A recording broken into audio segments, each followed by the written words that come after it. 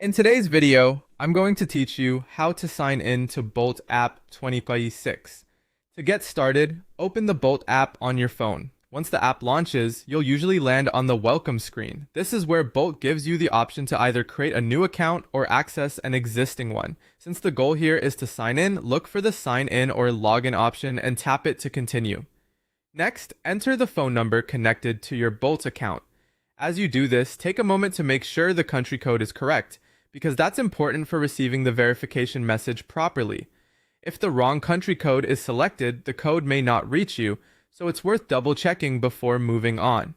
After that, tap continue or whatever matching button appears on your screen. Bolt may then send a one-time verification code to the phone number registered with your account. This is a standard security step that helps confirm that you're the rightful account owner. Now check your text messages for the verification code. Once it arrives, return to the Bolt app and type the code into the required field. Be sure to enter it exactly as shown in the message. If the code takes a little while to arrive, just give it a moment, since delays can sometimes happen depending on your network. In some cases, Bolt may ask you to complete an extra verification step. This can depend on your account settings or your location. For example, the app may use additional security methods such as a verified email or sign-in confirmations through services like Google, Apple, or Facebook. If you see one of these prompts, simply follow the on-screen instructions to finish the process. You may also be asked to allow certain permissions, especially location access.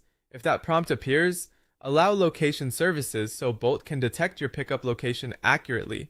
This is an important part of using the app smoothly, especially when requesting rides.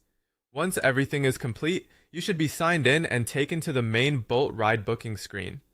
That's usually the clearest sign that the login process was successful and your account is active. As a final check, tap on the account section. From there, you can confirm that your profile details, payment methods, and other account settings are all in place. This is a good habit anytime you sign in on a device, just to make sure everything looks correct. And that's how to sign in to the Bolt app in 2026.